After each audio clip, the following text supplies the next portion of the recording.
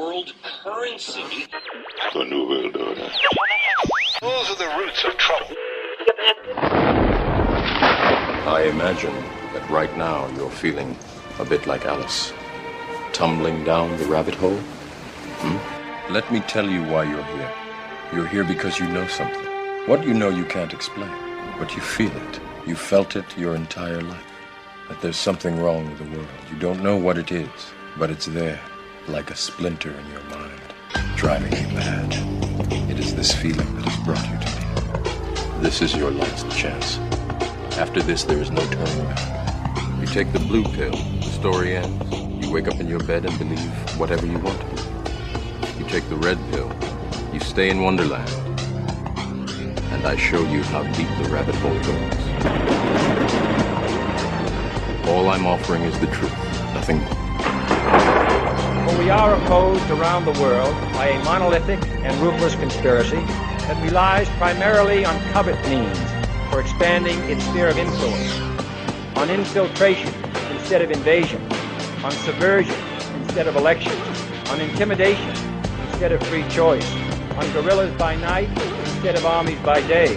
It is a system which has conscripted vast human and material resources into the building of a tightly knit, highly efficient machine that combines military, diplomatic, intelligence, economic, scientific, and political operations. Its preparations are concealed, not published.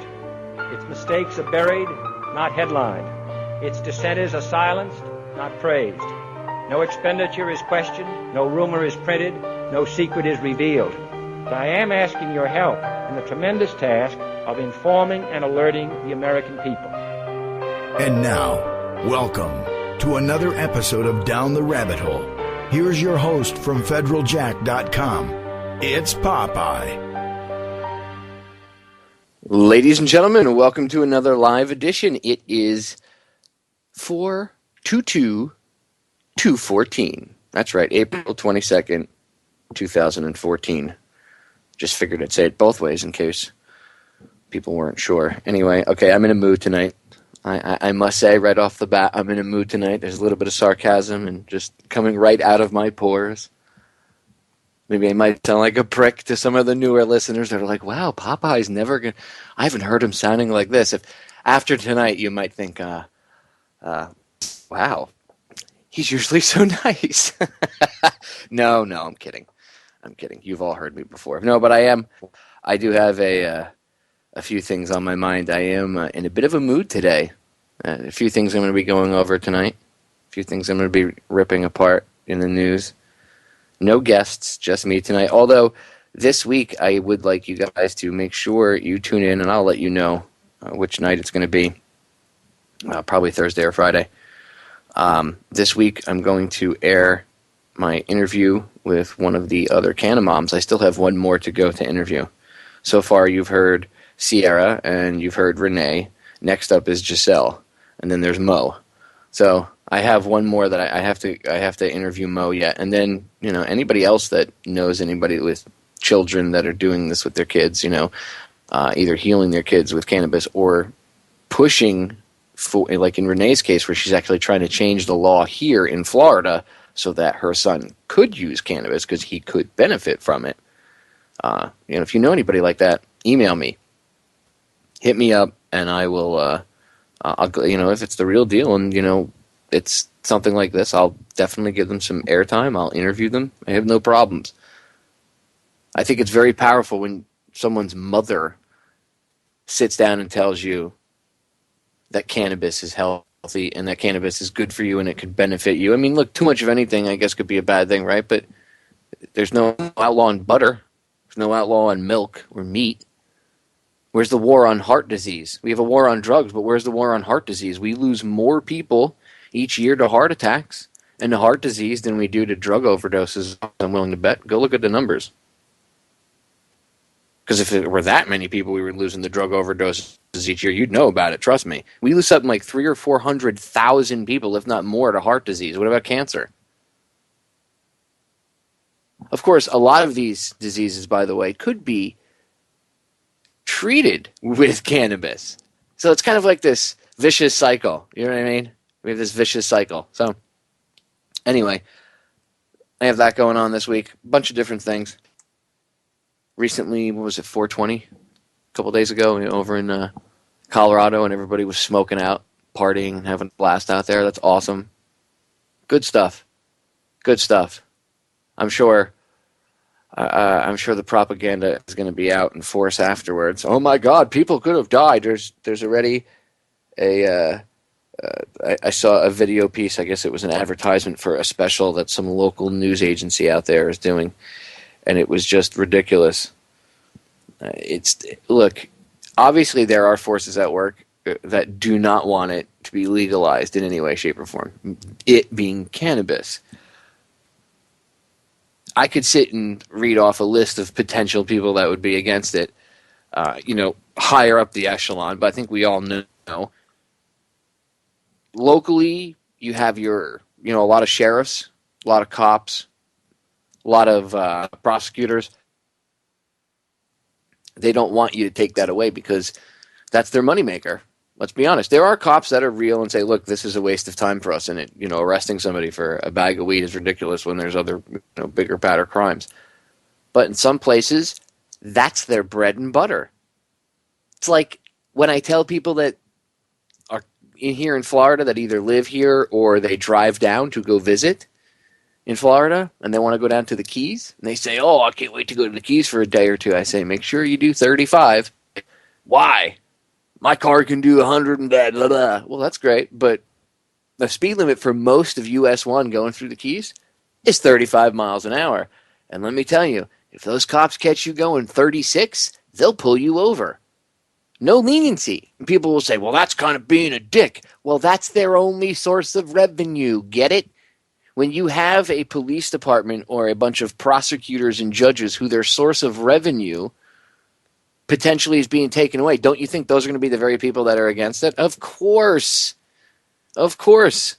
Florida just passed they finally, I don't know if it's completely passed the bill, but the House Judiciary Committee, I guess that hasn't been voted on yet, but according to the news here in Florida today, the House Judiciary Committee here in Florida on the state level endorsed a plan Monday to allow doctors to prescribe cannabis extract to desperate patients. Now, there's a difference between the House bill and the Senate bill. One of them, and I think it's the Senate bill, says it can only be used for seizures, and then the House bill broadens it to like PTSD and a few other things, epilepsy, cancer. But again, this is something that could benefit everybody as a whole, and this is still not full plant. This is that CBD oil only thing that Renee was talking about when she was on. So you have this, but what we really need to educate the people on, and that the state's not doing it obviously because they're not going to fund it. They'll be all over it once if it becomes legalized and then the tax revenue starts coming in. Then it's a different story. But right now, you don't really see the state promoting it. There are certain people, representatives of the state, that are saying, hey, this would be stupid for us to go against, meaning yes on two, meaning vote yes to make medical cannabis, on the constitutional amendment, I should say, for medical cannabis down here. Make it a thing. Make it legal down here. I mean, look how many people could benefit from it. How many sick children? Why are we making kids suffer? Have you guys not heard the stories? I mean, did you listen to what Sierra said Landon goes through? Did you listen to Renee and what Brandon goes through? Wait till you hear what Giselle and her son go through. I mean, why do we have to constantly make these children suffer? Out of all the things I've seen in my life, okay, the one thing that really bothers me, the one thing that irks me, and I don't know, call me a softie. Maybe it's because I still have a heart. But after all the death that I've seen from being, a fireman, being in the military, being in the towing and recovery business for 10 years, 10 plus years, I saw lots of death on the roadways. Cars flying off cliffs, cars flipping over, people being ejected. When I was a firefighter, I've pulled people out of buildings, pulled people out of cars. I've seen people slip out of their skin. Disgusting. I've seen some gross stuff. Some stuff that would cause most people to have PTS for the rest of their lives, probably. I know some guys that have been affected by the stuff that we've seen. That's not the point. The point is, when it comes to kids, none of that compares to like the way that sick kids or an injured child makes me feel. Why do you think pedophiles piss me off so bad? They go after innocent little children. We'll get into that later, too. Hollywood pedophilia, another case of that. But we are forcing, and I say we, because if you don't vote on it, and you don't actively educate anybody about it, and you don't actively do anything about it, you're taking part in it. Guess what? You're just as guilty. You're just as guilty. If you're not helping, if you're not doing something, you're just as guilty as the people denying it. I don't want to hear anybody say, well, it's not my fault. No, it is your fault because you've been advised and you're not doing anything about it, okay? You're waiting for somebody else to do something or whatever, or someone to come along and motivate you. No. Get out there and do it. You're just as guilty. You're just as guilty making these kids suffer as any of these lawmakers and anybody else that drags their feet and, digs in their heels and just says no. Okay? You're just as guilty. It doesn't matter what state you're in. You're all just as guilty. So look in the friggin' mirror. See, maybe if someone spoke to the American public like this on a normal basis instead of coddling everybody, and I don't mean that you have to be a mean prick, but let's be honest, sometimes the American public needs to be told the way it is. Maybe if they were told to go home and look in the mirror at themselves and say, can you just stand idly by while you know there's kids that are sick and just don't do anything about it? You could do something about it. It's not like you're shackled to a wall. Not like you're locked in a cell. You actually could enact some positive change, but do you? Do you? That's the question. Do you? Do you actually stand up and do something? No, because it's cannabis, Popeye. We can't say cannabis. Cannabis. I might get in trouble. Cannabis. Yet you have moms running around with their kids, not afraid to get on airplanes or deal with TSA, I may add. You have moms running around with their kids, being activists. Where are all you armchair quarterbacks? All you badasses that watch Monday Night Football. Man, if I ever saw a kid getting hurt or if I knew a kid was in trouble, I'd do something. Okay, well, there's lots of sick kids dying needlessly because governments and people that are just scared out of their mind because of ignorance and nothing else are afraid to allow cannabis to be legalized. And that fear really comes from ignorance, as I said. And of course, the powers that shouldn't be are going to feed that ignorance. You really don't think that they're going to be like, oh, cannabis is good for you. You should go check it out. We know it's illegal and we've made it illegal, but here are all the facts about it. No. Think about that for a second.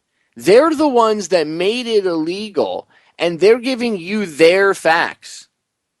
Well, Papa, the government's never lied. Really? The government's never lied to you? 2014, there isn't any evidence that makes you say, really? I think the government's got something to hide? I mean, you don't have to believe the 9/11 truthers. You don't have to believe the people that say the Oklahoma City bombing was a government a false flag type operation.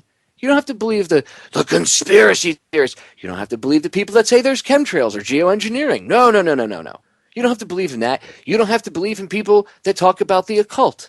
Okay? You don't have to believe in that. Okay, that doesn't exist. Fine. You don't believe in it. That's fine. There's got to be something that this government has done.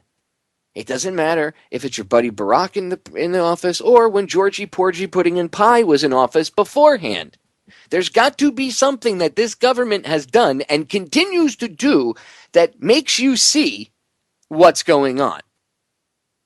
If not by now, you're willfully ignorant ignorant. So I don't want to hear, well, the government tells me the truth. Blah, blah, blah, blah, blah, blah, blah. The government doesn't tell you the truth. They have patents on cannabis for curing cancer. What? Why is the government experimenting right now with cannabis? What? Oh yeah, they're actually experimenting. There's clinical trials. Why are there actually people that get joints rolled for them and mailed to themselves? I think there's only like 6 of them left in the United States that are left alive, somewhere around there. But they get tins of joints mailed to them. Okay, a tin of joints mailed to them, rolled by the federal government. The same federal government that tells you there is no medicinal value to cannabis whatsoever. Period. There's no medicinal value to it. It's a gateway drug to heroin. No, it's not a gateway drug to heroin. That's insane. Okay? And you can look this up. They asked Mueller about this, the former head of the FBI. They asked him a couple years ago in Congress about this, and they said, one of the congressmen said to him, if marijuana, and it's a slang term for it, people start calling it cannabis, please. If cannabis is a gateway drug to heroin, then milk is a gateway drug to bourbon. And the FBI director said, yes. Look it up on YouTube. Look it up on YouTube. This is the idiocy running things. Meanwhile, there's sick people ranging in age from, kids as young as 2, like Landon was when he got leukemia. Who knows? Even younger could probably benefit from it, a lower dosage, all the way up to people in their 90s or hundreds that could benefit for the whole human race. Hello? Hello, McFly? Is anyone home? Hello? Hello, McFly? Anyone home? I just had this conversation with my neighbor the other day about cannabis. I think I told you guys this last week, briefly. Cannot believe that it cures cancer. I told her, go look it up. You can see it right on the internet. I've talked to people that have cured their, kids of cancer themselves. They've spread the word about it. I've played evidence where people use it to heal. She looked at me and said, well, I can't understand why the FDA would make it illegal then. Or not allow it to, push for it to be illegal or illegal. And I said, because the FDA didn't make it illegal. The DEA made it illegal. Them and the federal government itself. And at first it started with the whole tax stamp issue. And then back when the war on drugs ramped up, I think it was back in the 70s, is when they switched it over to a Schedule 1 drug. I mean, that wasn't, the DEA classified it as a Schedule 1 drug. That wasn't, the FDA or any scientist. It was a bunch of D-bag wannabe law enforcement putzes that, decided we're going to fight the war on drugs, America. Stupid asses. You don't even know what you're doing. They think they look so cool when they got their outfits on and they're throwing the plants into a bonfire and they're smiling with their guns in their hand. You guys look like a bunch of paramilitary tards, okay? That's right, paramilitary tards. Just because you have guns and cool-looking equipment doesn't make you cool. You're still an epic douchebag. You're still a douchebag. The gun, the boonie hat, the camis, not going to make you cool, not going to take away the douchiness that you carry inside your body. Capiche? Comprende? Do you understand what I'm saying to you? All you jagoffs that get off throwing the cannabis plants into bonfires. Look, I'm a GA cop. Even you coasties. Remember, I'm a former Coast Guardsman. All you coasties out there, I have friends. Trust me, I have friends that been there, done that. Tore the plants out and burnt them. Some of them used to purposely stand near the plants to bonfires to inhale the smoke. And I used to say to them, don't you feel like a hypocrite? And they said, yeah, but what am I supposed to do? See, I felt the same way. But I didn't at least stand there throwing plants. I can personally honestly say I never threw plants into bonfires. And I used to bring up all the time very publicly, even when I was in the Guard, the medicinal uses and what little I knew back then of the cannabis plant, how I thought this was retarded. And then I even used to tell my superiors, joking around, that we weren't really stopping anything coming in, and we were only stopping the crappy weed from coming in. And all the good stuff is homegrown anyway, so it doesn't really matter. And You'd be surprised. There's a lot of people that agree with that, but again, just following orders. So I can't be one of those people. I can't go to bed at night knowing that there's people out there that are sick. They're either dying or suffering, and it could be alleviated either way, whether it's just the pain or perhaps even reversing course, and they don't have to die so young, and their family doesn't have to lose them, and they get to maybe spend another 10 or 20 years with them. How can I go on air and not talk about this? How can I not bring it to your attention and make you put your face in the mirror if you don't back it and you have every excuse under the sun? How can I not force you to look at yourself in the mirror? This country needs to look at itself. There's a lot of people that say, yeah, we need to do this, we need to do that, but nobody's really doing anything. I still have yet to see any really huge active movement here in Florida. Yes, there's the Yes on 2 thing and all that stuff, and there's volunteers doing the phone bank thing and all that. Where are people getting together and having screenings of films like Run from the Cure about cannabis oil? Where's informational flyers being printed out? Well, Popeye, that costs money. So tough crap. You think I don't pay money out of my pocket to give you guys the radio shows for free or the website for free? I don't charge for any of this stuff, and I don't make any money. I've tried a sponsor here or there for a month or two over the years, and it never really works out, and it's not worth my time, and I end up dropping it. So I've never, ever made any money that I can walk away and go buy a house with or anything. The only money that ever comes in goes right to pay server fees or cover costs, anything else. So I don't want to hear that it can't be done. If I can do all of this out of my pocket, I'm a disabled veteran, ladies and gentlemen. I don't make millions of dollars. I live off a very, very, very, very tight budget. And yet I still manage to do this all for you 4 nights a week. Give out the videos on YouTube, put out the archives. So I don't want to hear any bullshit excuses from people. I'm tired of it. You want real change, then do something. Do it. Do it. It's that simple. I don't want to hear people complaining and whining anymore. Oh, I wish things would change, but then you don't do anything. The only people that are allowed to bitch and moan are the ones that are actually doing things. Then they can bitch and moan. If you're not doing anything, shut your mouth and get engaged, and then you can bitch. Because I'm tired of it. Oh, I really wish we could change things, but I'm only one person. Stop. How many times have I told you that you're more powerful as an individual than these D-bags in Washington or anywhere else? We've gone over this. You, as the individual, have more power in your pinky finger than they have in their entire legislative body. They just need you to believe that they have the power so that you back down and don't do anything. You don't fight back. You don't stand up for what's right. Just because something is illegal doesn't mean that that's right. Is it right to watch children suffer? No. Is it right to watch people die at a young age that shouldn't? No. Is it right to watch families suffer that have to take care of these sick individuals when they wouldn't have to suffer that emotional burden either because their loved one wouldn't be sick? No, it's not. When are we gonna actually do something? When are you out there, the listener, going to get so angry that you finally get up out of your chair? Facebook means dick. Twitter, dick. YouTube, dick. None of them mean anything. They're social media. You need to get out on the ground. Sharing a link, that's great. Keep that up. I urge you to share the links and the memes and everything else. And yes, it helps out. But getting out on the ground and actually doing something. Talk to people.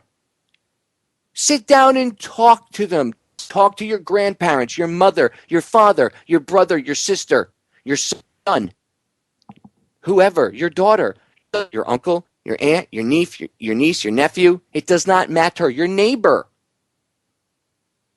Your neighbor's kid, if that's okay. If not, then that's not really cool. Whatever. Then again, I don't think you're all pedophiles, so I'm not really telling you to be worried and hide in your closets either. But that's another story. Anyway.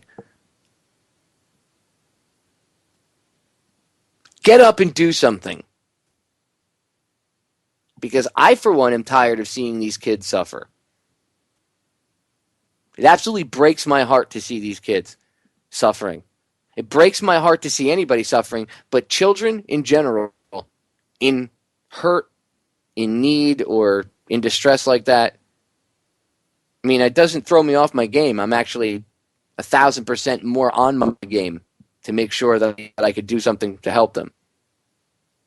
But it bothers me. I've seen lots of death. I've seen a lot of destruction in my life. Didn't bother me.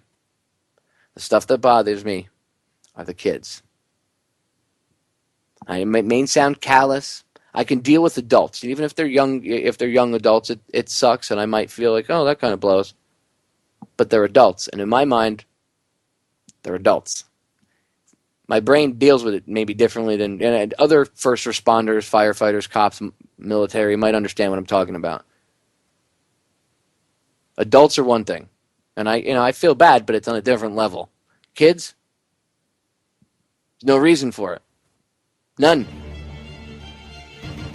So if you want to be the real change, you actually want to be the change that everybody talks about being in this world, you can get up off your rear end and do something. Because this world needs you, and we can't do it alone. We need all of you. Now get up! We're going to break. We'll be right back. We are back, ladies and gentlemen. So many things to get into tonight. So many things. Facebook censorship update. I have not gotten the my original account back yet. I have this little crappy backup account that I've made.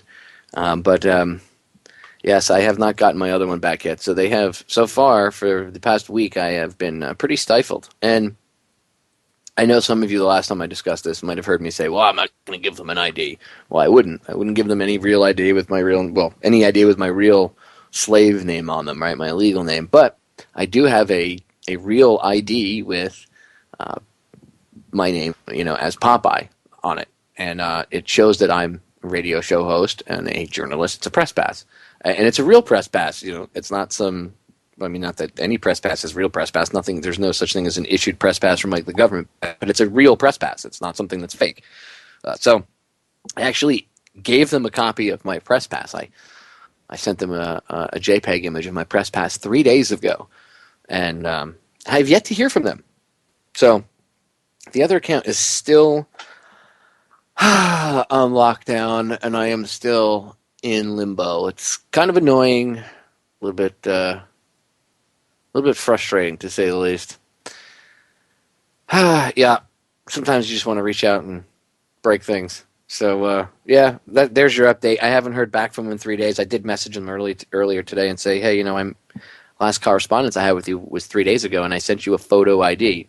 There's no reason why you guys... Now, I'm a real person, because that's their thing. Is somebody reported me as fake because I schooled them in a comment thread. That's what it stems from, me schooling two uneducated individuals in a comment thread about geoengineering. And because I said what I said what I had to say, and I was not a jerk to them at all, and I made them look like a putz, they didn't like that. It was a guy and a girl, but they were older. I should say a man and a woman. They were both older. They're older than I am. So they both decided to report me to Facebook, because they obviously knew one another, and they decided to report me to Facebook as a fake account. He's not real. This is a BS account. So they reported me to Facebook. I wasn't harassing them or anything like that. We were in a comment thread, and I was giving them, I gave them real factual information about geoengineering, to which they responded with calling me a chemtard and all sorts of names. So, yeah, right. So there you have it.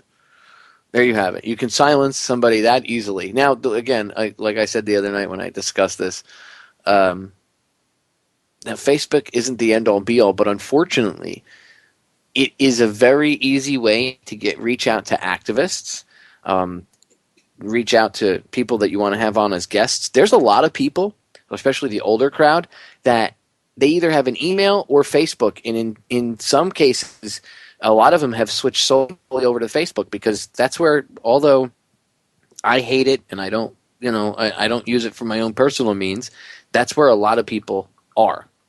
Until something else bigger and better comes along, right? That's where it's at right now. It's on all phones. It's on everything. So being able to reach out to activists, I was able to reach out to the Canna Moms real easily, get in touch with Sierra, get in touch with Renee, get in touch with Giselle. I was able to reach out to people like Nick Redfern, get in contact with him initially and stuff. Now that has all been squashed. So now I have to go in many ways, a much harder way, a much more time-consuming way, because sometimes people don't read their emails as much as they check their Facebook now. Again, not a fact that I'm happy about, but it's something that is a fact. And in order to be effective as a host who does all of this stuff by himself, including setting up my own interviews, doing the interview, airing interviews if they're off air, or getting the guest on live and doing all this stuff by himself, I do not have a team. Many times I have to tell people that. I do not have a team that does this for me. I don't have a crew. I do it all on my own. Facebook was very helpful. Okay? So I'm just a bit irked because the friends and stuff and the connections that I had on there there were a lot of listeners, but there was a lot more activists and other people out there that I had reached out to and made bridges with over the years. And now it's frustrating because I don't have the same access that I have or that I had a week ago. I don't have to all the pages, the groups. So it does stifle my ability to get things out there. And I actually said this on Facebook the other day. I posted on my backup account. I don't know which pisses me off even worse. The fact that Facebook just does this to me, and I give them what they want. I actually give them a picture ID of me, my press pass, and they still won't. They haven't gotten back to me yet. But that doesn't piss me off as much as my peers in the alternative media being completely silent about it. There's certain people that this happens to, and nobody says a thing. And I've seen it before, and I usually try to give those people some FaceTime on Federal Jack or some airtime on the radio show if it occurs. Some people are my friends; it's happened to. But over the years, like every time I've been hit, I don't see, like, I've had YouTube channels shut down, big ones, huge ones. I don't see anybody, running around making YouTube videos crying, "Oh my God, Popeye's been taken down." I had to do all that myself, and I had to get it out to everybody. And it's always been this weird thing that there's just no backup, and that only and there's a lot of you out there know I'm talking about. There's other hosts and stuff that you guys know I'm talking about. There's this like inner clique of people, and if you ain't in it, then you don't get any backup. If something bad happens to you, they expect you to help. They expect everybody to help them. But if something happens to you, you're left with your dick swinging in the wind. Okay, that's the way it is. So. And I'm not going to go further than that because if I do, I'll probably alienate a lot of people. And I'm trying to behave myself because I usually don't, let things like that out on air. But it does piss me off that my contemporaries in the alternative media, you could hear crickets for a week now. It's been on my website. It's been all over whatever Facebook access I can get to, and I've been tweeting it out. And by the way, the listeners, you people are awesome. You've been great. The listeners and the readers of Federal Jack have been great. They've been spreading it because I can see it.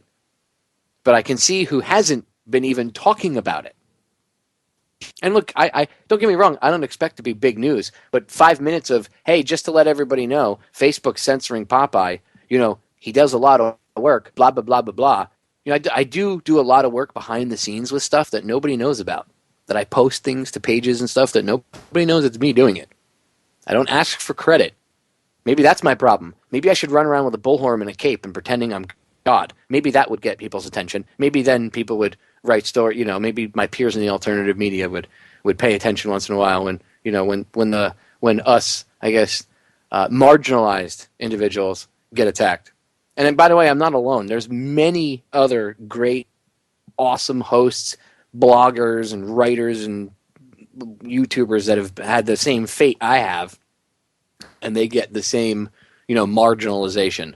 So I just think it's pretty crappy that for an alternative media that pretends to be a cohesive unit in front of the general public and pretends to be all buddy-buddy with everybody, none of you are.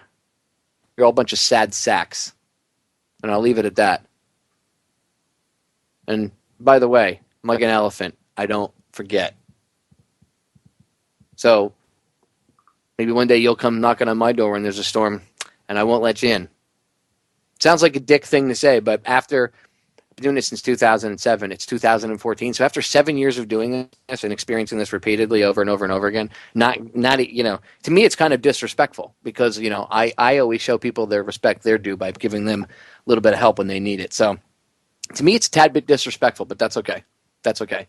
Never, and I've never asked for people's help before, and I'm not going to beg for it, but it would have been nice to know that I had contemporaries in the alternative media or peers that would at least give it a 5-second mention. Hey, wow, that sucks. This guy does a lot of work. It's all good though. It's all good. So I just want to say thank you to you all for all the work, all the help that you guys have not given me. Appreciate it.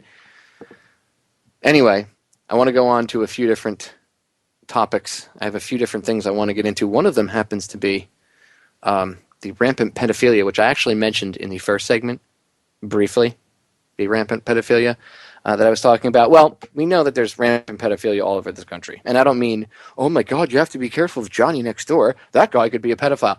No. I'm talking about people in positions of power. I'm talking about people that are in positions of authority, people that are doctors, lawyers, judges, police officers, government agents. I mean, this stuff happens. It's horrible. Well, in this instance, I'm talking about the Hollywood pedophilia.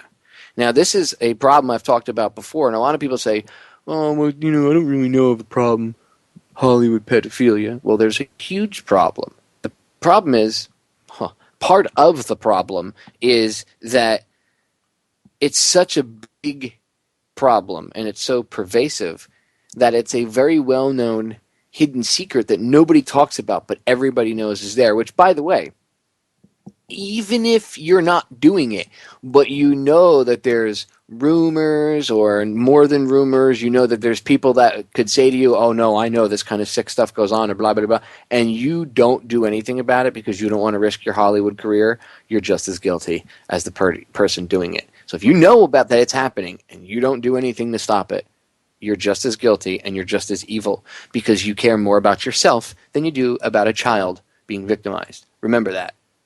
I have no love and no respect for pedophiles whatsoever. Anyway, I'm going to play a video. I shot this last night. I made about the rampant pedophilia in Hollywood. And there's just another example with the director of X-Men, being accused of being a pedophile and sexually abusing a child star back in the day, 10, 15 years ago. Well, there's other child stars that have talked about this too. Corey Feldman, Corey Haim. But people blow them off. Oh, they're just drug-addicted losers, child stars from the 80s that they're idiots. They don't know what they're talking about. Well, here you have another example of this. So let's take a look at the blatant, disgusting child rape occurring in Hollywood, shall we? Often you've heard me talk about on the broadcast the dark, evil things that are done by the powers that shouldn't be behind the scenes. You've heard me bring up the rampant pedophilia, the Satanism, and all the other weird, disgusting things that these perverts are into. Well, in the case of the pedophilia, I've talked about how Hollywood insiders are a part of this, that it's not just the elites in positions of power in politics, but positions of power all over the place. And you've heard me play audio and stuff before of different stars like Corey Feldman talking about it. But here now, April of 2014, we have a man accusing a Hollywood director and others in Hollywood of being pedophiles. And he says in his press conference, his lawyer and him both said it's a rampant problem, the pedophilia in Hollywood, and it's just out of control. Now, where have I heard that type of talk before? Oh, that's right, from Corey Feldman.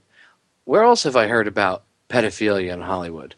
Recently. Oh, that's right. Back in February of this year, Dylan Farrow wrote an open letter about her experiences. And in it, when I posted the open letter that she had written.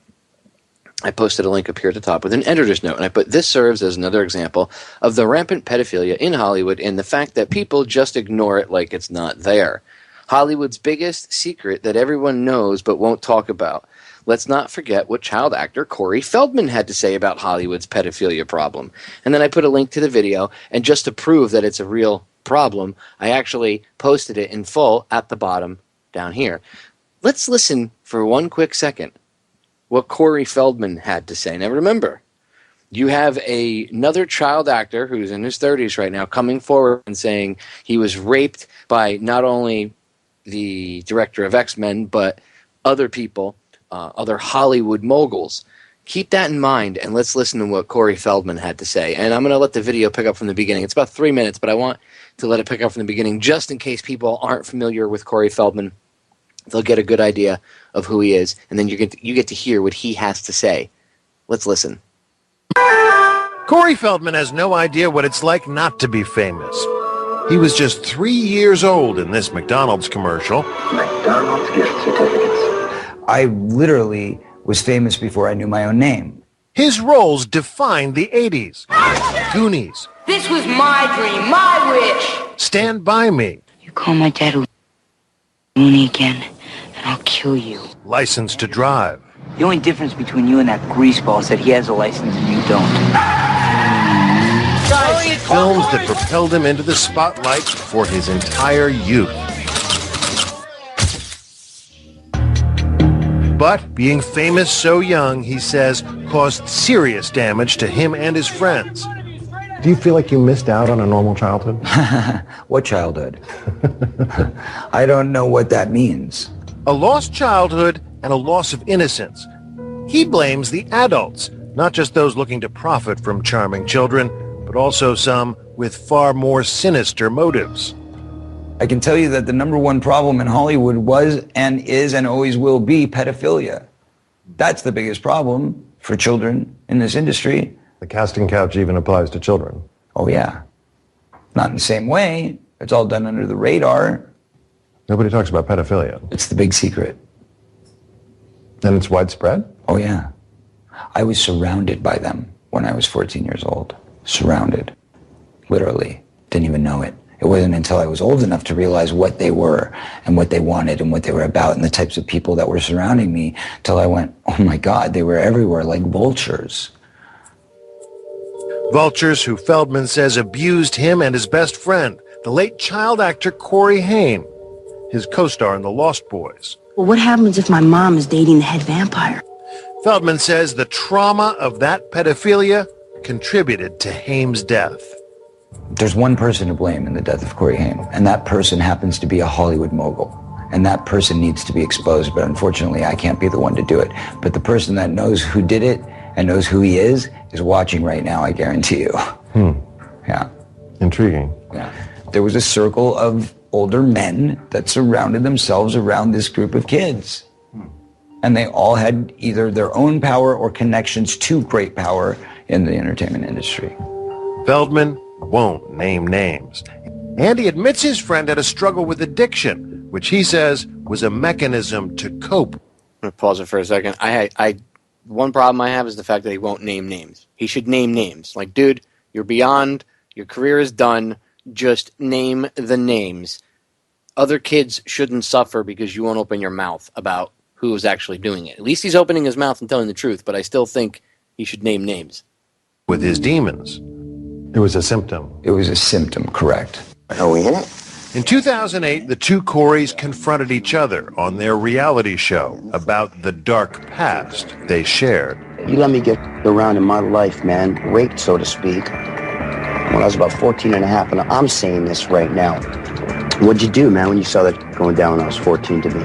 What'd you do? You knew about it. You want to talk about the truth? Okay, well, then let's talk about the truth. I was being molested at the same time by somebody else. What'd you do?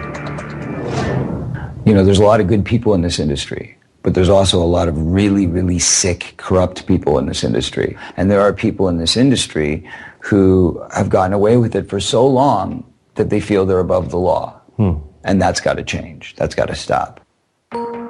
We contacted Corey Haim's mother. In an email, she said, "I'm not willing to discuss or respond to anything Corey Feldman has to say. I wish he would talk about himself only and leave my son out of it." Is there a dark side to child stardom? Definitely. I think a lot of kids don't really want to do it. And it goes on into the parents and everything else from there.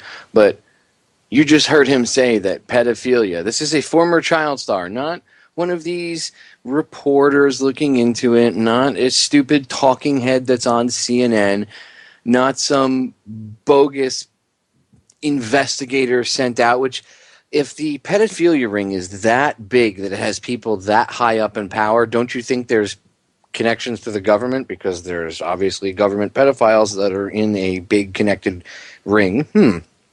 I wonder if that ring is the same ring. No. It must be all these different pedophile rings all over the place, right? Wrong. Okay? Wrong. Look up Jimmy Savile and the BBC. Look what was going on over there. Okay? Absolutely disgusting. Anyway, Michael Egan is the guy that's accusing Bryan Singer. Here, I'll play you a little bit of audio really quick because they asked him, like, why are you coming forward now? And he said that when he was younger, they went to the FBI and they went to the they went to investigators and they said that there was, no evidence. Where have we seen pedophilia covered up before by investigators? Oh, that's right. Only every time when it's connected to these huge rings. Made you come forward now. Maybe we'll start with that. Sure.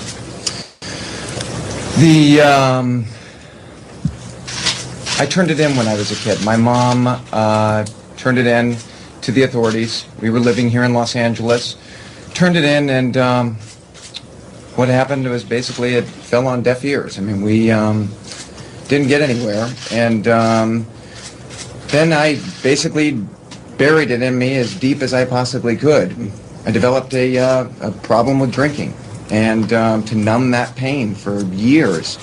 And then about 2 years ago, I decided to completely stop the drinking.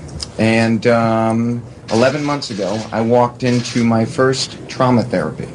I've been undergoing trauma therapy for the last, I think, 11 months. I grew up in the Midwest. I grew up in Nebraska. Had the aspirations of becoming an actor.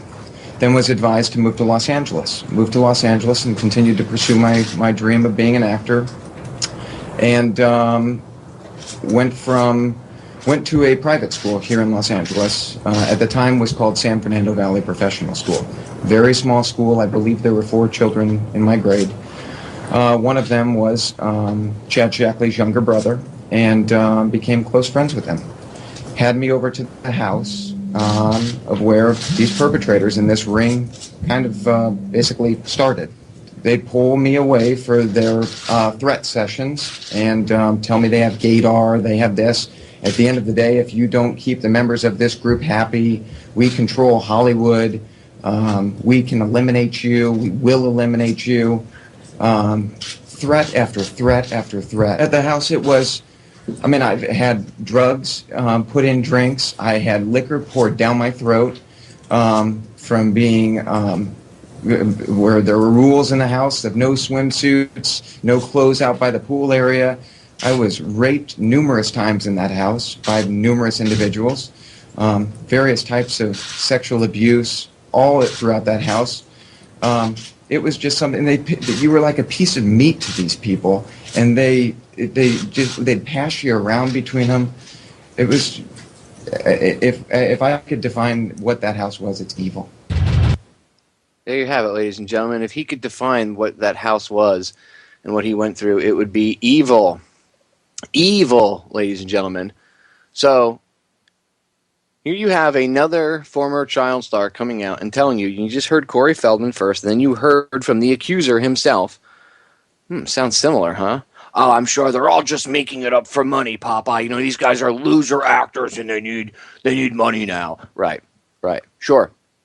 Even though their stories match up with all these other abuse victim stories. You can go over to Daily Mail, too. They have more video. It's a little bit longer, a little bit more in depth. You hear him, it's up here. You hear him talking about, what happened a little bit more in depth. But it's the same thing. They drugged him. This is one of the Pedophiles. This guy's actually convicted of pedophilia now. This is the actor when he was young. Look, young, yep, just like they like him. Disgusting. Ugh. Absolutely gross. This poor, if this, I don't think that it's fake, right? I think it's real, and if this guy went through what he says he did, I feel bad for him. This is horrible. Absolutely horrible. But again, not surprising. You've been told by other child actors, other former childhood stars about what they went through. So this isn't a joke, ladies and gentlemen. This stuff goes on. And there are a lot more people that aren't famous that this happens to, that don't have a voice and that nobody will pay attention to if they come out. I mean, this kid was, you heard him say they went to investigators and it went nowhere. Go look up what happens when these pedophile rings get investigated. Nothing happens. It falls by the wayside because the police are involved too. There's high-ranking police officials and political officials involved in these pedophile rings, ladies and gentlemen. You have to understand this in order to understand what's going on. So pay attention, read, and even though it's disgusting to talk about and think about, this stuff is real. We have to expose these scumbags so that they can be held accountable for the evil that they have perpetrated upon people. All right, we are out of time. Ladies and gentlemen, check me out on Twitter, at DTRH_Popeye, at DTRH_Popeye, or at Federal Jack. So check me out on Twitter at both those spots. Check me out on YouTube, Federal Jack Tube 6, Federal Jack Tube, and then the number 6. And also DTRH Radio Archives, DTRH Radio Archives. As always, you have my web. Yeah, I'm going to stop it there because obviously you guys are listening live right now and you're probably listening in the archive later on. I don't need to repeat where the archive section is to you guys if you were listening in the archives, but I figured I would let it play the Twitter advertisements. Told you this stuff is brutal, right? This is why I do my radio show. To actually make a difference, talk about the real stuff, talk about the stuff that's actually going on, and not sugarcoat it. What did Kennedy say? Sometimes even anger public opinion. Maybe I have to play that again for everybody. We'll see. This is Sparta! It's important to hear what he had to say. That's why I repeatedly play that. The bad stuff needs to be talked about. I know it's rough, but we need to discuss it. We need to expose it so we can end it. And end the scumbags perpetrating it. We'll be right back. Ladies and gentlemen, we are back with hour number 2 here on tonight's live edition of Down the Rabbit Hole. I'm your host, Popeye from FederalJack.com. It's April 22nd, 2014. Yes, I am still in a mood. Has not changed in the 3 short minutes that we've been gone. And since I'm exposing this disgusting child rape, I don't like the word pedophilia. I prefer to call it what it is. It's child rape. I mean, I know that sounds horrific to some of you, and a lot of you who have kids you cringe when I say things like that. Good. I don't want you to be comfortable. I don't want you to be sitting there while drinking your glass of wine, listening to good old Popeye going, oh, pedophilia, blah, blah, blah, because it's got that name, that it's okay. We know it's not okay, but pedophile doesn't make you really cringe anymore, does it? The term child rape has a certain ring to it. So let's just call it what it is. So since we're exposing this tonight, since I'm discussing this tonight, I grabbed something out of my archives for you during the break. Now, many of you know this. Some of you don't know this. I have about 4 terabytes of video and audio and ebooks. Multiple backups all over the place that I've collected over the years. A lot of videos and stuff that have poof off of the internet. I have a lot of old stuff from YouTube channels that are no longer around, YouTubers that aren't even doing it anymore. Digging through the archives, I found some stuff for you. Now, this stuff is probably readily available on YouTube to those of you that want to look into it further, and I urge you to. In fact, there's a great radio broadcast, and you know me, I don't mind promoting other radio show hosts. If you guys ever get a chance, go check out Red Ice Creations. They do some good stuff. They have an interview on YouTube. Most of their stuff's on YouTube. Some of their stuff you can get their membership or whatnot, but you can get, there's a lot of quality stuff from them that's on YouTube that you can watch for free. So go check it out on their YouTube channel. And they have an interview with Ike where he gets into detail. In fact, I actually played Henrik, the guy he's the host. I played a clip from his interview with Ike on air before, and talking about what's going on, and what happened, and in accordance with Jimmy Savile, the BBC, the pedophile rings in the UK, all that stuff. And the BBC and Jimmy Savile is just as big as like the X-Men the X-Men director. Oh my God, he molested kids. Well, Jimmy Savile was this huge BBC presenter. I know a lot of Americans don't know who the hell Jimmy Savile is. So I'm going to play this clip. That's what I was getting at. I dug this clip out for you guys so you could hear Ike discussing. It doesn't put your personal, your personal feelings about David Icke and the reptilians and all that stuff aside. I mean, stop, everybody. We can look at all of this evidence, including the quote unquote reptilians, and not be a bunch of 3-year-olds about it, right? I mean, the Sumerians talked about that stuff. So come on. Let's be a bunch of adults about it so we can get past this. That's part of the evolution, is growing up and being able to talk about things with our big boy pants on. So this clip, Ike, because he's done a lot of research on Savile and this whole thing, and he understands a lot of the details and the people behind the scenes in that end of the pedophile ring. But I want you to understand something. You have to understand this, okay? I know relationship counselors and all the other people love to say, you should never say you have to. Well, I'm telling you, you have no choice. If you want to be able to understand the level of what's going on and the depths of the evil that's going on, and I don't want to hear, well, I don't want to understand it, then you're being willfully ignorant, which puts you, again, in the category of being just as guilty as the people perpetrating the crime, in my eyes, and in anybody that has half a brain's eyes, okay? So you need to know about this. That way you can, even if you expose it to your one person, if you have a conversation with someone you trust and you expose this information, you wake them up to it, you've done your job. Do you understand? Not saying anything at all is the crime. Opening your mouth and having the courage to talk to another human being, that's the step. Get it? That's why it's important to talk about this stuff. So, and I know, look, again, I know I sound like I'm probably coming off like a condescending prick. I'm probably going to get the comments and you were a condescending prick in this episode, Popeye, or somebody that hears it for the first time. I've had that too. Wow, this guy's a condescending prick. Well, no, not all the time. But tonight, I might be coming off that way. Don't take it personal. It's not against you personally. I'm pissed off. Things need to change for the better. What does a general do when he's angry and things aren't going his way? Does he go out and does he pat his troops on the head? No. He gets them fired up. He tells them what's going on. He says, form up.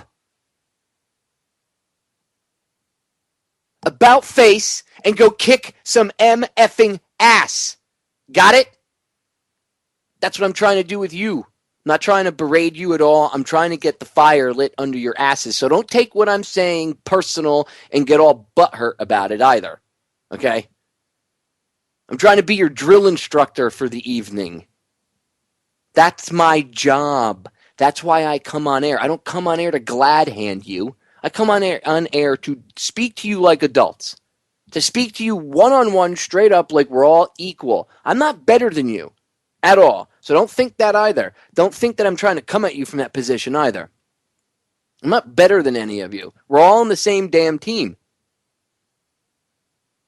That'll help stop this infighting. If we all just start to act like that and talk to each other for real instead of putting on faces. That'll help stop everything.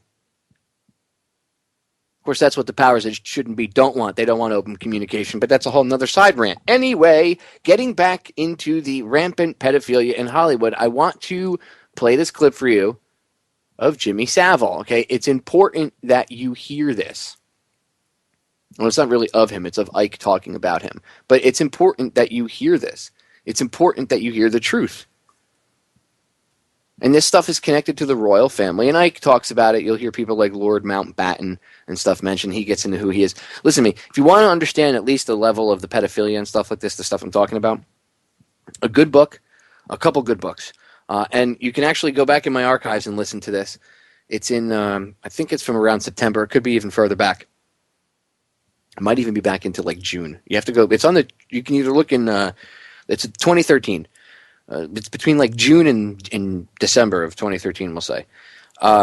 Look in, you can see it. It's at the very beginning, we'll say, of around the beginning of the Truth Frequency radio archives from my show. Or if you go in the federaljack.com website through there, the archives there, it's in there. But I did a show about conspiracy of silence.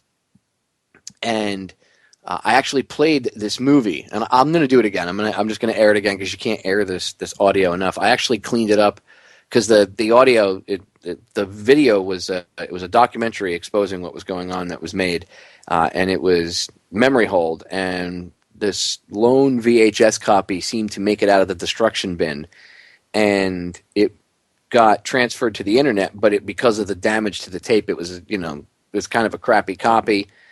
And over the years, people have cleaned it up and everything else, and I was able to run it through a set of filters and get rid of a lot of the background hiss and everything else. So it sounds better because the hiss was so strong, it kind of overpowered some of the audio. So I've cleaned it up rather well, and I'll have to play it again because I've aired it before. But go listen to Conspiracy of Silence. Go look it up. Just go on whatever search engine right now. Come on, you guys all have phones. You're probably listening to me on your phone or on a computer. Open a separate tab. Bing. Come on. We can all do this together. It's like class. That's why I love hanging out with you all, by the way. It's like interactive class with you all. So go on your little browser, pop, open it up, right? Type in Conspiracy of Silence and hit enter in the little search bar. Bing! Look at the list of things that come up. Now click on videos. Bing! And go look at all the videos and watch the movie. Go read the book where the documentary is based off of. Okay? Go look this up. Just all you gotta do is I'll just tell you right now, instead of giving you a list of names and things and people you're gonna forget, look up. It's very easy to remember. 3 words.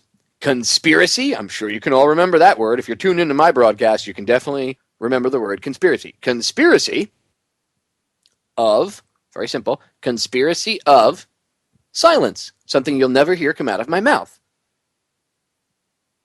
Get it? Conspiracy of silence. Look it up on your favorite search engine of choice. Do your homework if you do not know about it. That goes all the way up to the Bush-Reagan White House. What? Call like male prostitutes, underage male prostitutes at the White House for the president and the vice president. What? What? While you're at it, maybe you should read Kathy O'Brien's book, The Transformation of America, because that also goes on during the whole time period of the Bush-Reagan administration. What? There's politicians that are pedophiles? No. Popeye, say it ain't so. No. Yeah, it is so. It's actually, like, all sarcasm aside, it's disgusting what was going on. And what continues to go on, by the way. Look up, as a side note, look up the bathhouses in Chicago and all the dead guys that are connected to Rahm Emanuel and Obama. They were coming out and they had some interesting things to say about them. And suddenly they're dead. Look up Larry Sinclair. I'm surprised he's still alive. The only reason why he's alive is because he was smart enough to get himself out in the public eye. Because if he hadn't, he probably would have ended up like all the other people that were connected to them. Oh, yeah. You should do your homework, ladies and gentlemen. I know. Anyway, back to Jimmy Savile and the BBC, ladies and gentlemen. I must make my brain stay on point so that you all stay on point with me. The teacher can't lead the class if the teacher is Sorry, I go off. I get sidetracked. I know so much. I get pissed off. My brain is like, see, everything is connected, which it is, but I digress a bit. Anyway, Jimmy Savile and the BBC and his Jimmy Savile's being a pedophile being exposed by David Icke. Here we go. I was first told that Jimmy Savile was a pedophile in about 1997, 98 by a number of people, but including the people who had serious connections into the royal family. Not that they were members of the royal family, but they were very close to people that were on the inside. And they told me about the Satanism that went on in the royal family, the pedophilia, and all that stuff. And then out of nowhere, they brought up Jimmy Savile. And, of course, I'm into a conversation about, royal family, how they treated Diana, pedophilia and all this stuff. And suddenly Jimmy Savile comes out of nowhere, this aging disc jockey. And I obviously asked the question, where does he fit in? And they told me about it. Not just his pedophilia, but his necrophilia. He has a thing about having sex with dead people. And it was pointed out quite rightly to me, why do you think he volunteered to be a porter and a volunteer in hospitals, particularly the one in Leeds? Because it gave him access to mortuaries and dead people, basically. And if you look at some of the real most extreme, I mean, in and of itself it's extreme, but most extreme of pedophilia, one of the things that they desire that gives them the biggest high is sex with disabled people, either physically disabled or mentally disabled. And again, because of his charity work, he was able to have access to people like that, to children like that. Also, what is happening, Lou, in the media at the moment is that and I can understand it in the initial stages, as long as it doesn't stay there, it's focusing on him as a pedophile and his own pedophile activities and one or two other, showbiz people around him. But the biggest story, the biggest picture story, is that he was a procurer of children, and he procured them for the royal family. He procured them for people like Ted Heath, who is exposed as a Satanist, pedophile, and mass child killer, serial. I'm going to pause it right there for a second. How many times when Sandusky, go back and listen to my shows. Again, you got to go back in my archives. A lot of times I reference things, ladies and gentlemen, and I say things, and then people go, "Oh, I never heard that show." You have to go to federaljack.com. because it's the only place where all of my older shows are. Go to federaljack.com. On federaljack.com, my website, again, federaljack.com, federaljack.com. I guess I don't say it enough. I really don't. But on my website, I have a huge archive section. If you go there, go back and listen to the shows I did about Jerry Sandusky when he first got arrested. And I said, the one thing that they seem to omit, the first day when he was arrested, it was all over the news. Well, all over this one news report that had been updated a few times, I should say, and then it disappeared. And there was all over the alternative media, but not in the mainstream, but this one single report. But it kept airing all day, the video, that he was a procurer of children, Sandusky. Not only was he a pedophile himself, but it didn't end there. He was a procurer. And I noticed that him and Savile went down around the same time.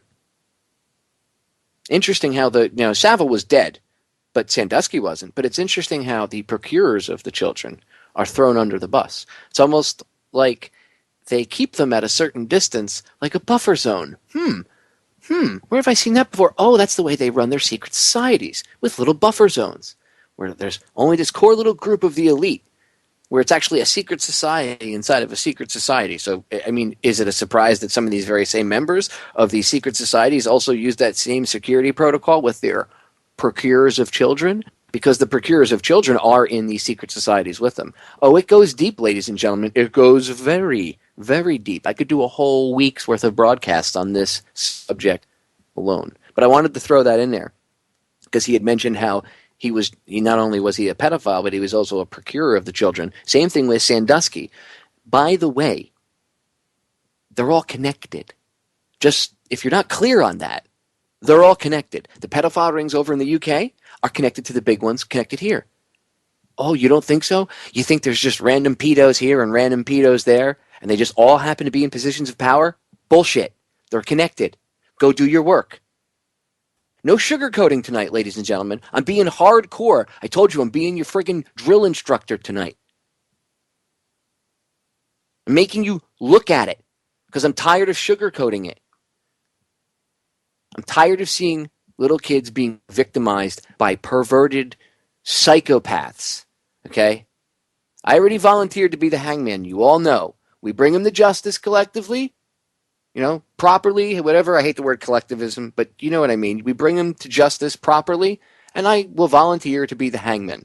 My friend Joe Joseph, fellow radio show host, has offered the same job. We would do rotating 12-hour shifts. You just got to give me lunches and coffee and some bathroom breaks every couple hours, and we'd be good to go. Let me stretch my legs a little bit, maybe sit down once in a while, and I'll volunteer my time. Trust me, I have no use for these evil bastards. Anyway, back to Ike exposing Savile and being a procurer of children, and in this case he was talking about Savile was a procurer to somebody who was a well-known child killer and murderer. Child killer in a book called The Biggest Secret, came out in 1998. He was alive then for years afterwards. And he was therefore untouchable. If you look at some of the quotes that he gave at various times, he said he was untouchable. And he gave an interview for Esquire magazine in which he said, the thing about me is I get things done and I work deep cover. I've known the royal family for a million years. He was talking about his connections to the royal family and how he was a regular visitor to Buckingham Palace, Kensington Palace, where Diana lived after the marriage to Charles broke up, Highgrove, the country estate of Prince Charles. And he also said, significantly, that the man who introduced him to the royal family initially in the 1960s was Lord Mountbatten. And anyone who's done research into high-level pedophilia, Lord Mountbatten's name will come up. Of course, he was the mentor and Mr. Uncle, big uncle to Prince Charles. And these names are not a surprise to me because these names came up in the conversations I had with these insiders quite a long time ago now. And because he was procuring for children, this is why he was untouchable. People say, well, why didn't people know about this? Why didn't the BBC uncover it? Why did all these, inquiries, police inquiries, just stop and go nowhere? Because the way these rings work is that they put their people in all the key areas of society. The institutions of law enforcement, of judiciary, of media, of politics, of course, royalties are much based on it. And therefore, they watch each other's backs. And when you're procuring children for the rich and famous and the powerful and all the rest of it, then your back is their back. Because if you go under and it comes out, they go under and it comes out. And one of two things happens to these procurers of children. Either they keep quiet and are safe, like Savile, hence he got to the age of 84, or you're considered dangerous and not safe, in which case you're no longer with us. And Savile understood the game and he played the game to his own benefit. And another question, maybe someone can answer it. Maybe there's a plausible answer. But I look at his Rolls Royce that went for about 160 grand. I look at his other cars, Bentleys and stuff. I look at, apparently, according to the media anyway, he has at least 8 homes. I look at the millions of pounds in cash on top of all that, in bank accounts that was in his will. And I look at a guy who, yes, would have earned quite well in the 60s and 70s as the disc jockey and Jim Will Fix It and personal appearances and advertising. But then I look at a guy of 84 who's done none of that for decades and has no real obvious means of living that lifestyle, but still does. And, all I can say is procuring children for rich and famous pedophiles is a very lucrative business because you obviously get well paid for it if you do it well, and he appears to have done from their point of view. And they also watch your back because your back is their back. And I found it interesting. There's an interview with a guy in, I think it was the Daily Mail this week, a guy called Guy Marsden, who was a nephew of Jimmy Savile. And he said that at the age of 13, he lived up in Leeds. He ran away from home with a few friends to London. And he ended up, as they do, at Euston Station, and was picked up by some sleazy guy, as they normally are, and taken to some what was described as a grubby flat. And he said around 4 days later, Uncle Jimmy Savile turns up, not because he knows his nephew's there, but he's come to see the sleazy guy. And he said he's 59 now, this guy, and married with children and all the rest of it. But he said that when Jimmy Savile turned up, he thought, oh, no, I'm in for it now, because he'd run away from home and didn't tell his parents where he was. But no, he said, Jimmy just took us to a better place. And he told the story of how he and his friends were taken to the very palatial apartment of a house of a so-called famous pop impresario, and that he witnessed pedophile parties at which Savile would bring children. Sometimes he would bring along, he said, someone who was dressed like a priest, which gave the feeling that these kids were coming from children's homes, exactly where they were coming from. And so back in the 60s it was going on, and he's done it ever since. There you have it. And again, like I told you, these are all connected. So like, if this guy's procuring children, Savile, for the royal family and royal family members, don't you think that they're high connected? Wow. You think they might be connected to some of the same weird, sick, satanic pedophiles that are here? Well, a lot of people get pissed when I say satanic. Again, the New Agers, no, Satanism means being at one with the earth. Look, you guys, that's what you're being told. That's fine. I'm sure maybe they did take old pagan beliefs and these evil people, I'm saying, and twist it.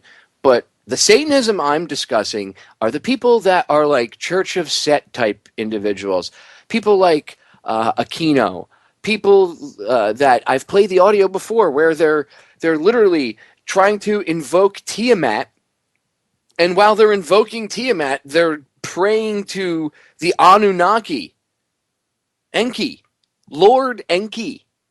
Enki was one of the Anunnaki. Go look it up. But UFOs and the occult have no connection. Really? I think everybody needs to sit back and take a breather. The occult means hidden, by the way. The word occult means hidden. Doesn't mean, ooh, spooky, scary stuff with smoke and, ooh, wizards and dragons. I know people get that idea, but that's not what it actually means. These same secret societies are connected to these pedophile rings. They use some of these kids. By the way, what do you think CPS is for? Don't even get me started. Be like the lobby scene in The Matrix where this music is from. Running around. That's what we need. People going in, stopping the evil bastards from taking children. Don't even get me started. Anyway, I'll leave it there. Stay tuned.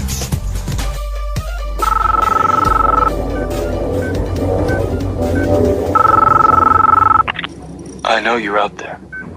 I can feel you now. I know that you're afraid. You're afraid of us. You're afraid of change. I don't know the future. I didn't come here to tell you how this is going to end. I came here to tell you how it's going to begin. I'm going to show these people what you don't want them to see. I'm going to show them a world without you. A world without rules and controls, without borders or boundaries. A world where anything is possible. Where we go from there is a choice I leave to you. President John F. Kennedy. Ladies and gentlemen, the very word secrecy is repugnant in a free and open society. And we are, as a people, inherently and historically opposed to secret societies, to secret oaths, and to secret proceedings. We decided long ago that the dangers of excessive and unwarranted concealment of pertinent facts far outweighed the dangers which are cited to justify it. Even today, there is little value in opposing the threat of a closed society by imitating its arbitrary restrictions. Even today, there is little value in ensuring the survival of our nation if our traditions do not survive with it. And there is very grave danger that an announced need for increased security will be seized upon by those anxious to expand its meaning to the very limits of official censorship and concealment. That I do not intend to permit to the extent that it's in my control.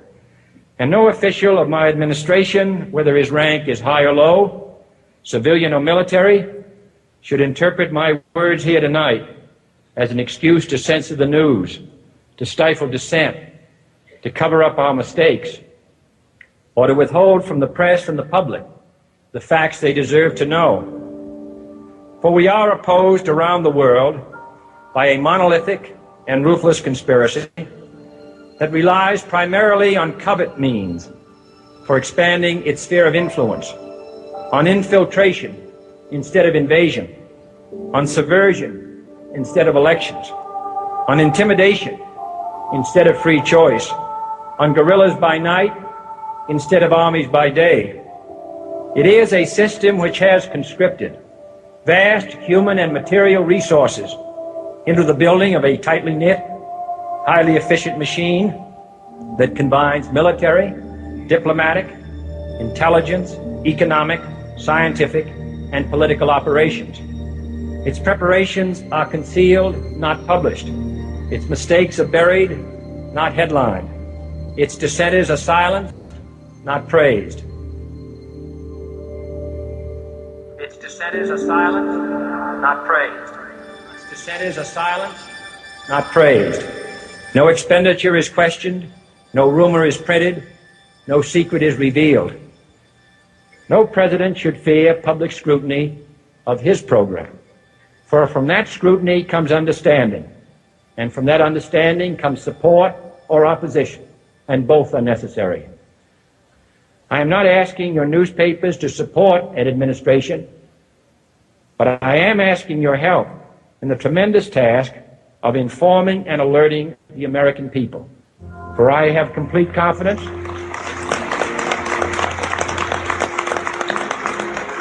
in the response and dedication of our citizens whenever they are fully informed. I not only could not stifle controversy among your readers, I welcome it. This administration intends to be candid about its errors. For as a wise man once said, an error doesn't become a mistake until you refuse to correct it.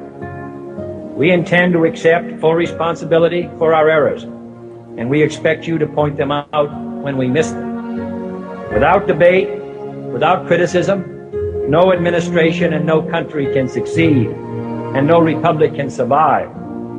That is why the Athenian lawmaker Solon decreed it a crime for any citizen to shrink from controversy. And that is why our press was protected by the First Amendment, the only business in America specifically protected by the Constitution, not primarily to amuse and entertain, not to emphasize the trivial and the sentimental, not to simply give the public what it wants, but to inform, to arouse, to reflect, to state our dangers and our opportunities, to indicate our crises and our choices, to lead, mold, educate, and sometimes even anger public opinion.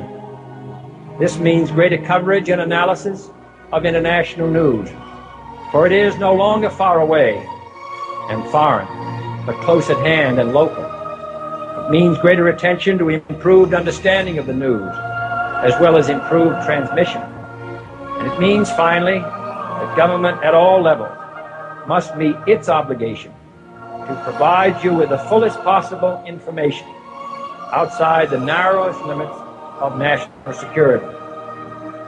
And so it is to the printing press, to the recorder of man's deeds, the keeper of his conscience, the courier of his news, that we look for strength and assistance, confident that with your help, man will be what he was born to be, free and independent.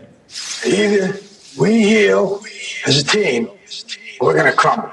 Inch by inch, play by play, till we're finished. We're in hell right now, gentlemen, believe me. And we can stay here, get the shit kicked out of us, or we can fight our way back into the light. We can climb out of hell. 1 inch at a time. You know, when you get old in life, things get taken from you. I mean, that's part of life.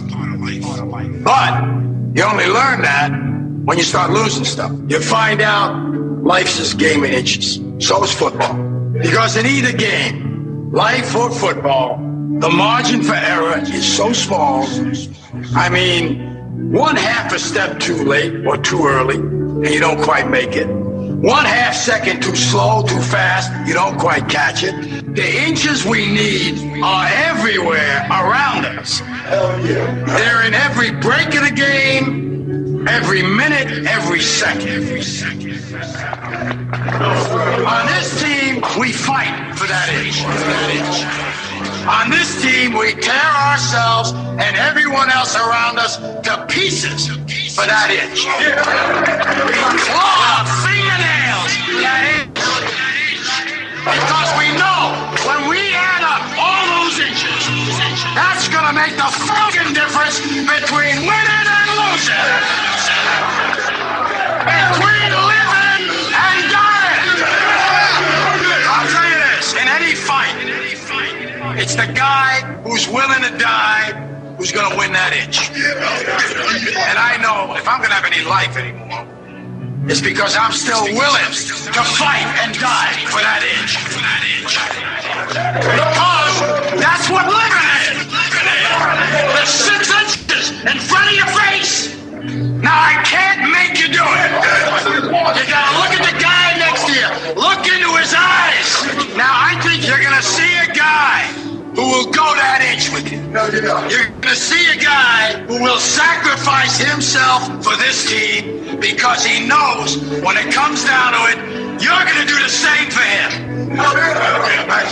That's a team. It's a team. And either we heal now as a team, or we will die as individuals. Ideas are bulletproof. That's right, ladies and gentlemen. Ideas are bulletproof. But we need to stand together. We need to know the truth. And Kennedy said in that speech, you heard him say, the point of the media is not to talk about the trivialized crap that they do. Paris Hilton's new underwear. Oh, she's not wearing underwear, or whatever the new Jet's probably aged, because it goes to show how old I am. And when the last time I actually had a television set was like, I don't know who the new tart is that they make fun of, and oh my God, she's blah, blah, blah, blah, blah. Who, whatever, whatever idiots out there. Not to talk about that, but to talk about the things that we are talking about. The horrible things. The bad stuff. I'm listening to what our president suggested we do 50 years ago. I'm following my oath that I took to all of you. When I talk about that, a lot of people may think that that's hyperbole. It's not. I take my oath to all of you very seriously, or else I wouldn't be doing what I do, would I?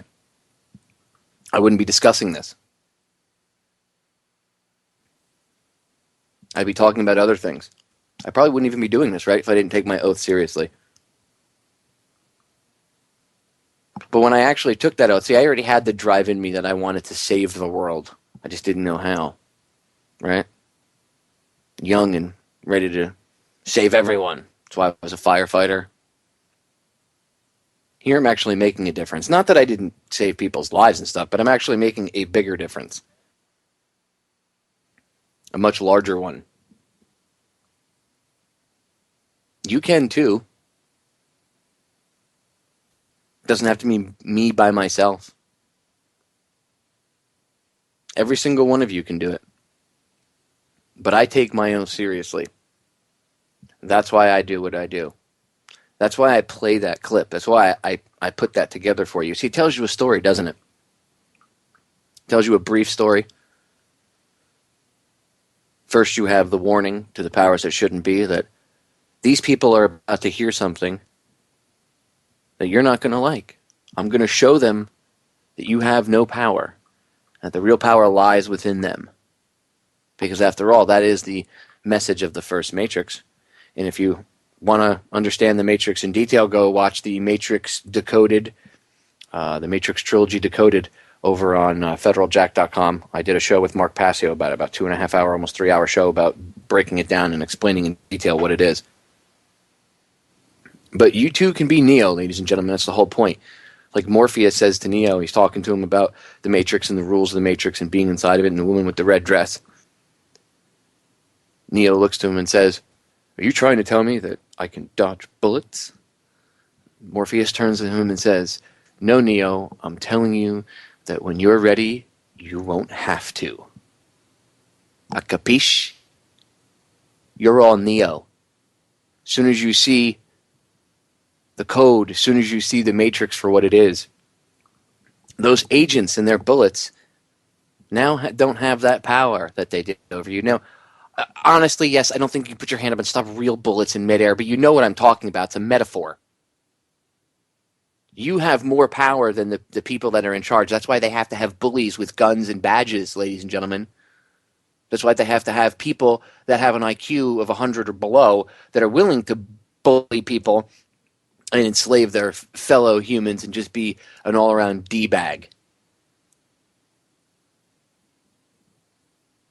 The only thing that's going to change that, and that's been going on for a long time, the only thing that's going to change that is if we change the way people think about each other. If we get people to start to look at each other as equals again, instead of everybody being divided up and hating on one another. Seriously. That's what enables these bully cops. That's what enables the powers that shouldn't be. Everybody's fighting with one another. "Oh, I don't like you. You say this, or you talk about that, or blah, blah, blah." I talk about everything. And I get hated on by all sorts of groups. Every group, everything, every topic that I talk about, there's at least one group that probably doesn't like me, or that I know doesn't like me, because I talk about something else. Like maybe a cannabis group doesn't like I talk about conspiracies, but it was a freaking conspiracy of certain people to stop you from smoking cannabis. Duh. Not everybody. Most people understand it, but there are people that fight it. This is real. What Kennedy was talking about, this whole thing is real. There is a vast conspiracy. That's why I make you hear that audio, so you can hear what he had to say. A lot of people say, "Well, he was talking about communism." Really? He said the word secret societies. If you understand where communism came from, you know communism actually came from a secret society. No, it didn't. Karl Marx wrote the Communist Manifesto. Really? Where'd you learn that? Public school or from your fellow commie that told you how great Karl Marx was? Look up a man named Adam Weishaupt, the founder of the Bavarian Illuminati. Oh, and I lost you. I know. Look up Adam Weishaupt. I could go on and on. I've done shows on this, ladies and gentlemen. Again, my archives on federaljack.com, if you're a newer listener, are gold. I don't charge for them. They're free, and they're commercial free, and they're all high quality. So go over to federaljack.com, go to my archives, and I have my shows. That every show I've ever been on or done, I have a downloadable section. I have an archive section where it's broken into like 2011, 2012, 2013, 14, special episodes, me on other shows. But no. You want to download them? I mean, you can listen. That's fine. Go listen to them on the website, but download them. That's what the archive is for. I have a whole huge download section that is a researcher's wet dream. Videos, ebooks, audio, everything I talk about. Everything I bring up on you, because like you hear me constantly make references to past shows, and there's some things I might play a couple older episodes for you, like when I had Mark Passio on discussing the occult. I'm going to play some of those again because they're a couple years older, but it's important information for you to hear. But I still want you to go download it. Go to the archive section and download it. It's free. The downloadable archive page opens up. It's like this old 1995, Prodigy, original AOL style, old school internet, 90s internet directory listing page. Everything is a blue hyperlink. If you have a portable device, it works with everything. Your device will, you click on the link, it'll ask you if you want to download it or play it, using your Wi-Fi. Download it to your phone. Download it to your device. Download it to your computer. That's why they're there, ladies and gentlemen. It's like Mae Brussel and Bill Cooper did it via audio tape. I can do it via, here's the page, go download it. A capiche? You get it? You see what I'm saying to you? Huh? Maron. Anyway. Just go research. Please, please, please, please, please, please. Go do the research. Educate yourself. That way we can stop. We can stop this mindset. We can change this mindset. The mindset that enables bully cops. Last few minutes I want to play this little clip for you. It's an audio clip, another video I put together last night.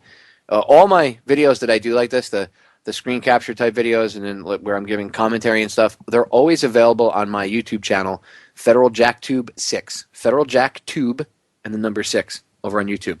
So one of my older channels, but very popular. It's got almost 8 million views. Ton of videos on there. There's like 1,400 videos on there. And that's where I upload these screen capture commentary type videos too. But I want you guys to hear this. This is about a cop. Again, bully cops. I want to put out some positive energy out there. But before I got into this, bully cops. This cop pushes a bunch of kids around at a soccer match. This just goes to show the mentality. And people are pissed about it, but I want you to hear this story because it just goes to show parents and the apologists out there that this is the mentality. Again, we need to hire better people and people with an IQ over 90 or 100.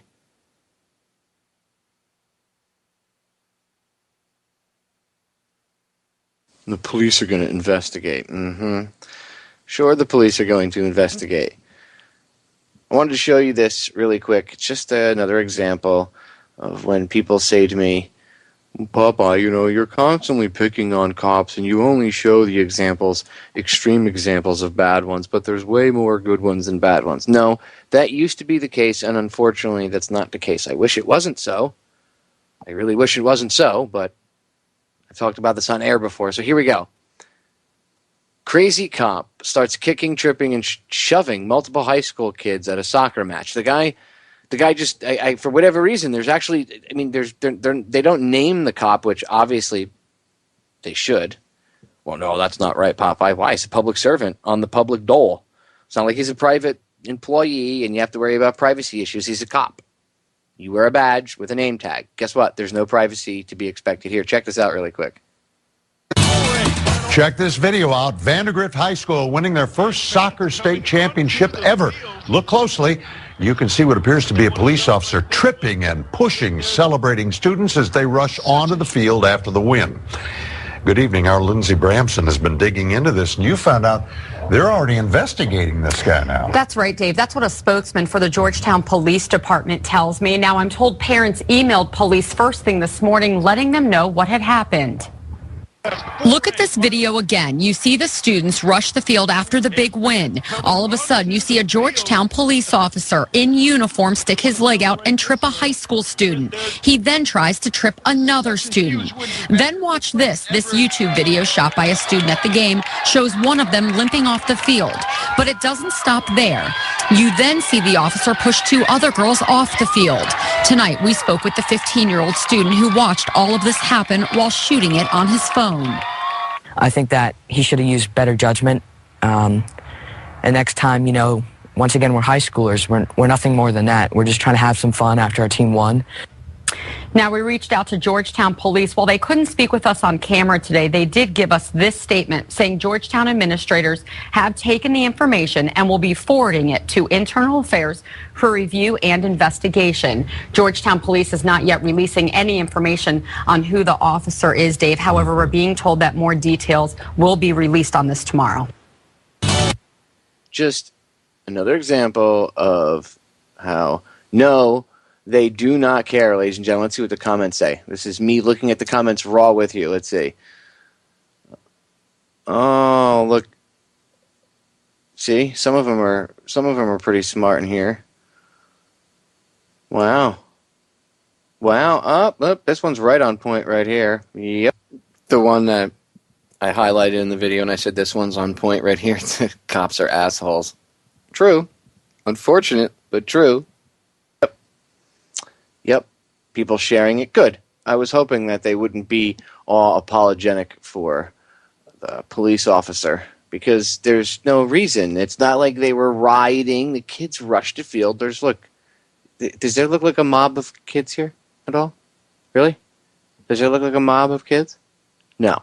Mob of people? There's a bunch of kids here, but the bleachers are practically empty behind them. Look, okay, so some of them ran on the field. Woo, yay, we're happy. Oh, no, you can't have that here in Nazi America. So it just goes to show you that the people that want to be in these positions of power, these jackbooted thug positions of power where they have to dress up in a little Hollywood costume to look cool and feel tough and feel like a man instead of just being a real man themselves, no, they actually have to dress up in a little Halloween costume with a toy badge on it to look cool and feel like a real man. And then to really make themselves feel like a real man, they have to trip high school girls. Girls. The guy was tripping high school girls for what? For what? Oh, he was just having fun, Popeye. Just let it go.